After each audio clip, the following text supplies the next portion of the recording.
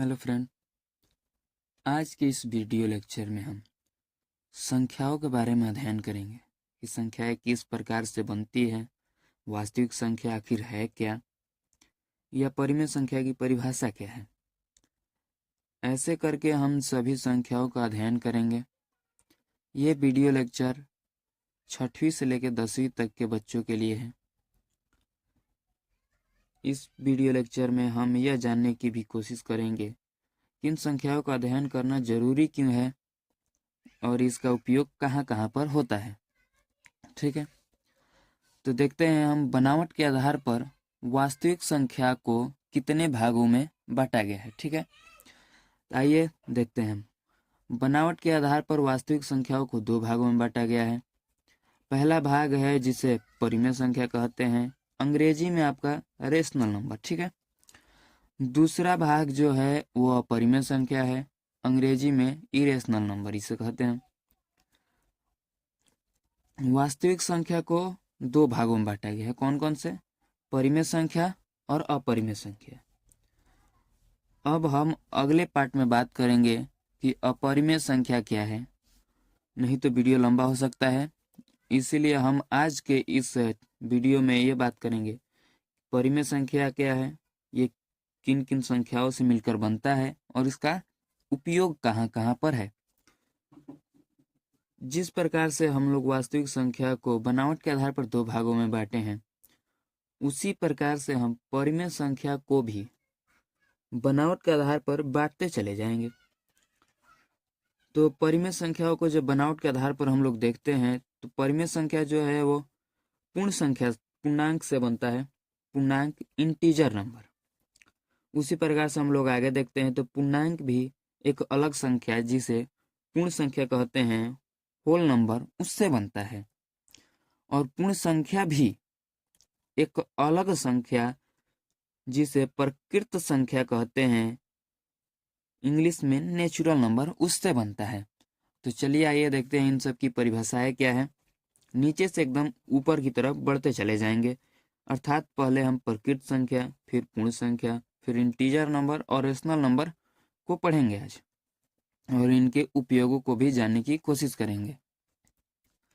तो चलिए देखते हैं कि प्रकृत संख्या किसे कहते हैं, अर्थात नेचुरल नंबर क्या है।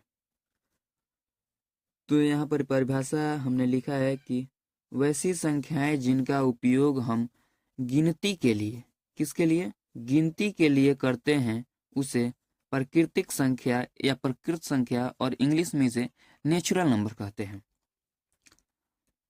इसकी परिभाषा को फिर से एक बार दोहराएंगे। वैसी संख्याएं जिनका उपयोग हम गिनती के लिए करते हैं, उसे प्राकृतिक संख्या कहते हैं। ठीक है, कुछ उदाहरण देख लेते हैं। एग्जाम्पल जैसे कि 1 2 3 4, ऐसे ही ये बढ़ता जाएगा, 5 6 7 8 9 10, ऐसे ही करके ये बढ़ता चला जाएगा। ठीक है, तो प्राकृतिक संख्या को नॉर्मल हम कहे तो वह संख्या कह सकते हैं, गिनती की संख्या को प्रकृत संख्या कहते हैं। ठीक है, आइए अब देख लेते हैं कि इसे किस अक्षर द्वारा सूचित किया जाता है।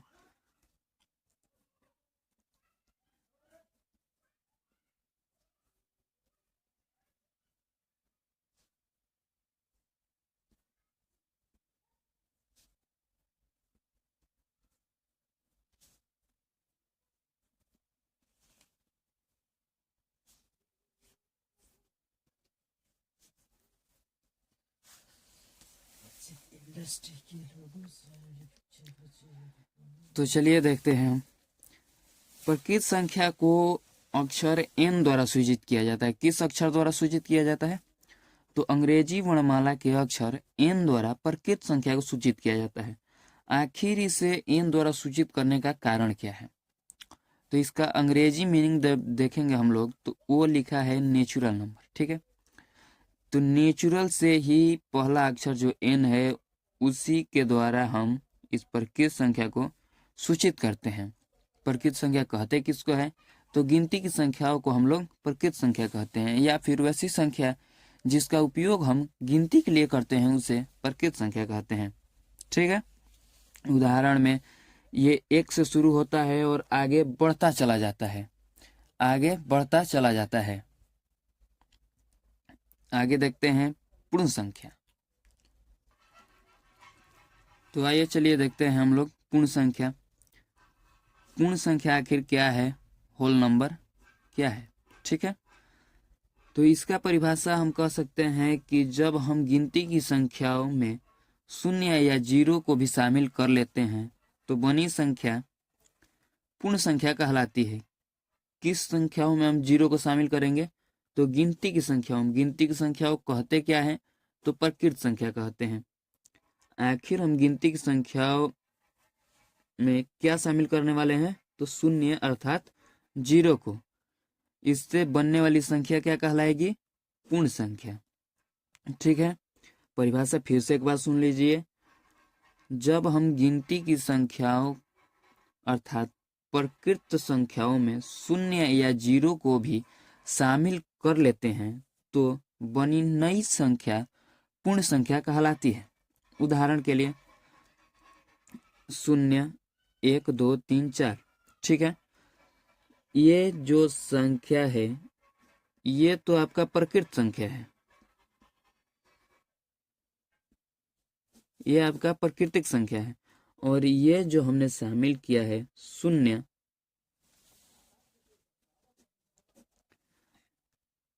शून्य को हमने शामिल किया है, तब जाकर ये जो पूरा संख्या बना, ये पूरा संख्या इसे क्या कहते हैं, पूर्ण संख्या, होल नंबर, ठीक है। तो पूर्ण संख्या किसे कहते हैं, जब हम गिनती की संख्याओं में शून्य को भी शामिल कर लेते हैं तो बनी नई संख्या को हम लोग पूर्ण संख्या कहते हैं।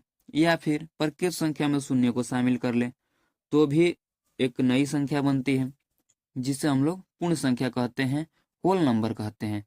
आइए चलिए देखते हैं हम लोग इसे किस अक्षर द्वारा सूचित करते हैं। तो इसे अंग्रेजी वर्णमाला के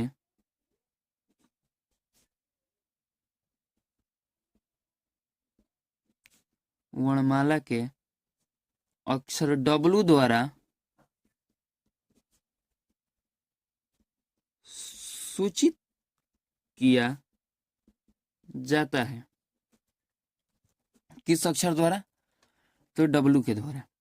आखिर ऐसा किया क्यों जाता है कि हम W से ही इसे सूचित करेंगे, तो चलिए आइए देखते हैं।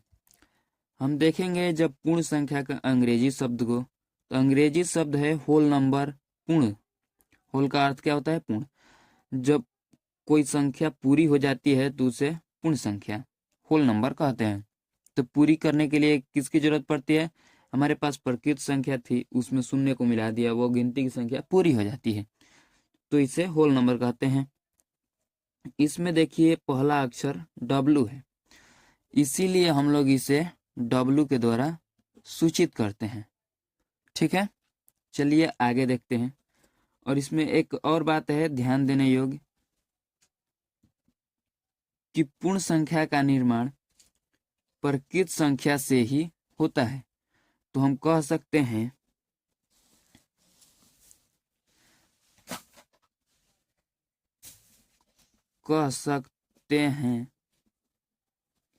कि सभी प्रकृत संख्याएं पूर्ण संख्या होती है। आखिर हम ऐसा कह क्यों रहे हैं कि सभी प्रकृत संख्याएं पूर्ण संख्या होती है, तो चलिए देखते हैं। जब हम प्रकृत संख्या लिखते हैं तो क्या लिखते हैं, 1, 2, 3, 4,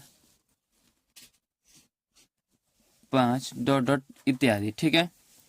ये सभी संख्याएं जब हम लिखते हैं तो ये क्या है, ये एक प्रकृत संख्या है। और जब हम इसमें शून्य को शामिल कर दें तो ये क्या बन जाता है, पूर्ण संख्या। तो हम इससे सरलता पूर्वक कह सकते हैं कि सभी प्रकृत संख्याएं पूर्ण संख्याएं होती हैं, ठीक है। लेकिन हम यह नहीं कह सकते हैं कि सभी पूर्ण संख्याएं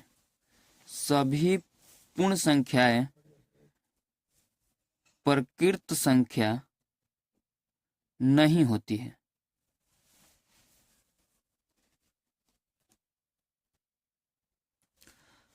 तो हम लोग यहाँ पर बात कर रहे थे कि सभी पूर्ण संख्या है, प्रकृत संख्या तो होती है। फिर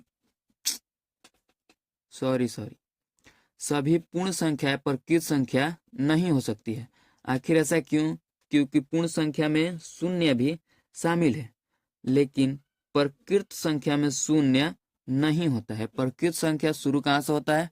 तो प्रकृत संख्या शुरू होता है 1 से, 1 2 3, लेकिन पूर्ण संख्या कहाँ शुरू होता है?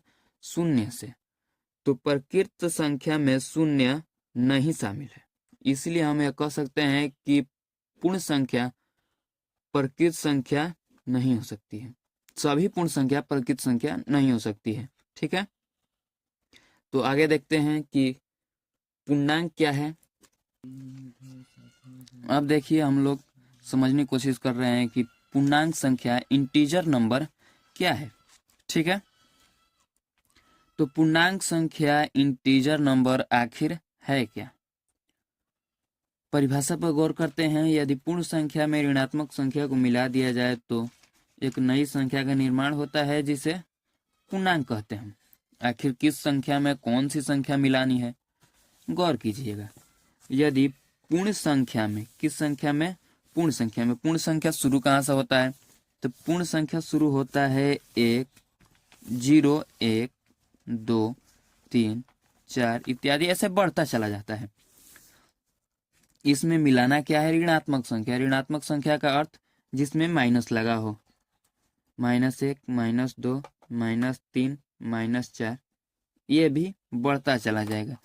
तो यह जो नया संख्या बना है, इसे क्या कहते हैं हम लोग इसे पूर्णांक कहते हैं, पूर्णांक संख्या कहते हैं।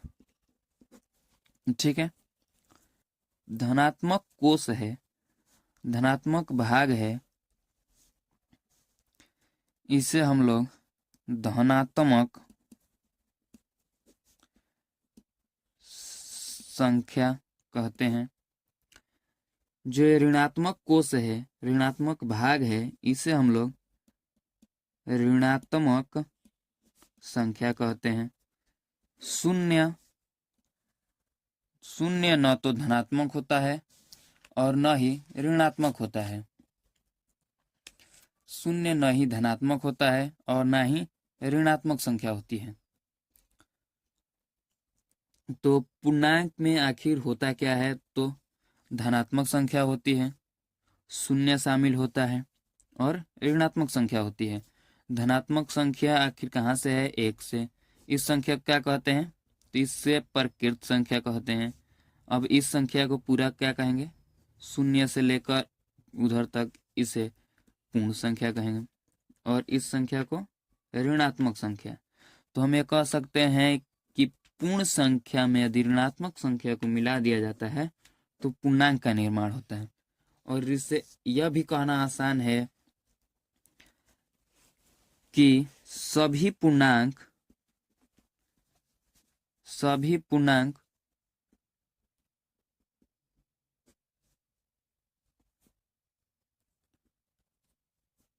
पूर्ण संख्या नहीं होता है। आखिर ऐसा क्यों होता है कि सभी पूर्णांक पूर्ण संख्या नहीं होगा? चलिए देखते हैं। जब हम पूर्णांक संख्या की बात करते हैं तो क्या आता है? 0 से शुरू होकर आगे 1 2 ऐसे बढ़ता चला जाए। 0 से शुरू होकर आगे 1 2 3 ऐसे बढ़ता चला जाए।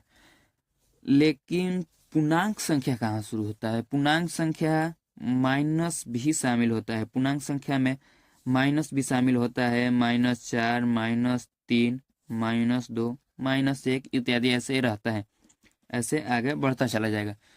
तो हम ये कह सकते हैं कि सभी पूर्णांक पूर्ण संख्या नहीं होता है, क्योंकि पूर्ण संख्या में ऋणात्मक संख्या नहीं होती है। अगर सभी पूर्णांक पूर्ण संख्या नहीं है तो यह सभी पूर्णांक प्रकृत संख्या भी नहीं होगा, क्योंकि सभी पूर्ण संख्या प्रकृत संख्या नहीं होता है। समझ गए? या फिर हम ऐसे भी कह सकते हैं कि प्रकृत संख्या से ही पूर्ण संख्या का निर्माण होता है और पूर्ण संख्या से ही पूर्णांक का निर्माण होता है। ठीक है, आगे चलिए देखते हैं। तो चलिए अब देखते हैं परिमेय संख्या। आखिर परिमेय संख्या किसे कहते हैं, किससे बनता है परिमेय संख्या, इन सभी चीज़ों के बारे में हम अब अध्ययन करेंगे। परिमेय संख्या रेशनल नंबर।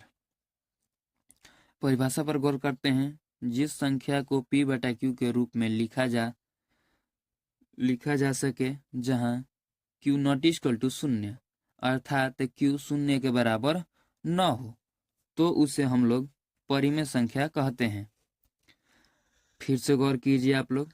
जिस संख्या को p बटा q के रूप में लिखा जा सके जहां q 0 के बराबर न हो, उसे परिमेय संख्या कहते हैं। चलिए अब समझते हैं हम लोग कि p बटा q क्या है और q 0 के बराबर क्यों नहीं होना चाहिए। ठीक है, तो आइए देखते हैं। p बटा q का मतलब यह है कि संख्याओं को भाग के रूप में लिखा जा सके। जैसे 4/6 ये भाग के रूप में है, 3-3/2 ये भाग के रूप में है, ये बटा है, इसे हम लोग p कह सकते हैं, इसे हम लोग q कह सकते हैं। उसी प्रकार से यहाँ पर 4p है और 6q है। ठीक उसी प्रकार से हम लोग यह तो लिख सकते हैं कि 0/4 या 0/-1, ऐसे हम लोग संख्या लिख सकते हैं जहां पर p तो 0 के बराबर हो जाए लेकिन q 0 के बराबर नहीं होना चाहिए। अब देखिए हम लोग समझते हैं। अगर p 0 के बराबर है तो क्या होता है। यदि p को 0 के बराबर लिखा जाए, जैसे कि हमने एक उदाहरण दिया है 0/4, इसका मतलब 4 से 0 में भाग देना है। तो इसे भाग देने के लिए हम भागफल के रूप में 0 लेंगे, जिससे 4 से गुणा करेंगे तो 0 आएगा, कट के खत्म हो जाएगा। तो यहाँ पर भागफल हमारा आता है भागफल 0। लेकिन वहीं हम लोग जब देखते हैं कि मान लीजिए 6/0, जहाँ पर p तो 6 है लेकिन q 0 हो जाता है। p/6 जहाँ पर 6 p है और q 0 हो जाता है। इसी प्रकार से हम लोग जब इसका भाग देते हैं तो इसका मतलब होता है कि 0 से हमें 6 में भाग देना है। ठीक है, यदि हम 0 से 6 में भाग देने की कोशिश करें तो 0 से हम लोग यदि किसी भी गुणा करते हैं किसी भी संख्या से तो वो 0 ही आ जाता है। मान लीजिए हमने यहाँ पर 6 लिखा, 6 से भाग दिया, इसको भागफल के रूप में हमने 6 लिखा, तो पर भी यहाँ पर 0 ही आएगा बिना कुछ बदले। मान लीजिए हमने यहाँ पर 16 लिखा, फिर भी यह 0 ही आएगा। ऐसे ही अगर हम किसी भी संख्या से गुणा करते हैं तो 0 से गुणा करते हैं तो 0 ही आता है, जिसके कारण यह भागफल संभव नहीं हो पाता है, संभव नहीं हो पाता है। इसीलिए हम लोग इसे q जो है 0 के बराबर नहीं होना चाहिए। ठीक है, अब देखिए उदाहरण के रूप में मान लीजिए यहाँ पर 4 है, तो बताइए कि क्या 4 एक परिमेय संख्या है। तो हम लोग यह कह सकते हैं कि 4 एक परिमेय संख्या है। क्यों है, यहाँ पर तो सिर्फ p दिया है 4, q के रूप में तो कोई कुछ नहीं दिया है। तो हम इस 4 को p/q के रूप में लिखने के लिए 4 फिर बटे में 1 लिखते हैं, जिससे इस संख्या पर कोई अंतर नहीं पड़ता है और q 0 के बराबर भी नहीं हो पाता है। अतः एक सरल संख्या भी 4 जैसे 4 है वो परिमेय संख्या हो सकती है। अर्थात हम यह भी कह सकते हैं कि हर एक पूर्णांक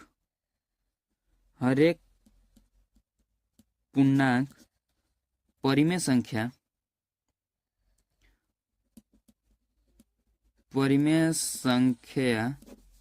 हो सकती है। आखिर क्यों? -3 एक परिमेय संख्या हो सकती है, बटा में 1 लगा देंगे। 0 बटा 1 कर देंगे, ये परिमेय संख्या हो जाएगा। 6 बटा 1 कर देंगे, परिमेय संख्या हो जाएगा। इसी प्रकार से हम लोग यह कह सकते हैं, आखिर परिमेय पूर्णांक किससे बना है? पूर्ण संख्या से। पूर्ण संख्या किससे बना है? प्रकृत संख्या से। इसी प्रकार से हम यह कह सकते हैं कि जो परिमेय संख्या है वो किससे बना है? तो पूर्णांक से। और यहाँ पर हम यह समझते हैं कि हर एक पूर्णांक यदि परिमेय है तो हर एक पूर्ण भी परिमेय होगा, हर एक प्रकृत संख्या भी परिमेय संख्या होगा। लेकिन हर एक परिमेय संख्या क्या पूर्ण संख्या होगा? नहीं। हर एक परिमेय संख्या क्या प्रकृत संख्या होगा? नहीं। हर एक परिमेय संख्या क्या पूर्ण संख्या होगा? तो नहीं। ठीक है। परिमेय संख्या को अक्षर क्यों से सूचित किया जाता है? आखिर क्यों से सूचित क्यों किया जाता है? तो इसका आंसर है कि क्यों से सूचित करने का अर्थ है शब्द क्वाटेंट। इसका अर्थ होता है भागफल।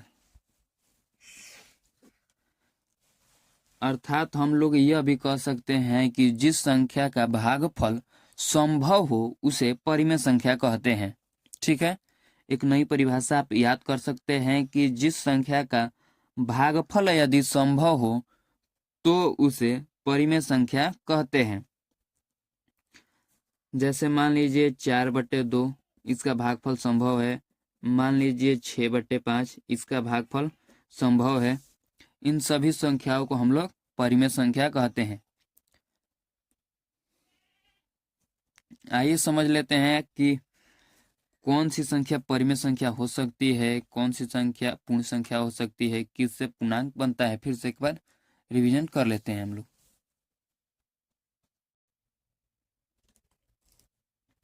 तो चलिए आइए इस डायग्राम को पुनः एक बार देखते हैं। तो हम लोगों ने इस डायग्राम को समझने के लिए यह कहा था कि जो परिमेय संख्या है वो पूर्णांक से बनता है, जो पूर्णांक है वो पूर्ण संख्या से बनता है, जो पूर्ण संख्या है वो प्रकृत संख्या से बनता है। इस डायग्राम में हम जैसे जैसे ऊपर जाएंगे ध्यान दीजिएगा कि हर एक प्रकृत संख्या पूर्ण संख्या हो सकती है, हर एक पूर्ण संख्या पूर्णांक हो सकता है, हर एक पूर्णांक एक परिमेय हो सकता है। ये संभावना संभव है। लेकिन अगर हम ऊपर से नीचे आते हैं तो यह संभावना गलत हो जाती है। किस प्रकार से ये देखते हैं? तो देखते हैं हम लोग कि हर एक परिमेय संख्या क्या पूर्णांक होता है? तो नहीं। ऐसा क्यों? आइए देखते हैं। हर एक परिमेय संख्या पूर्णांक क्यों नहीं होता है? मान लीजिए हमने लिखा 4/6 या फिर हमने लिखा 10/20।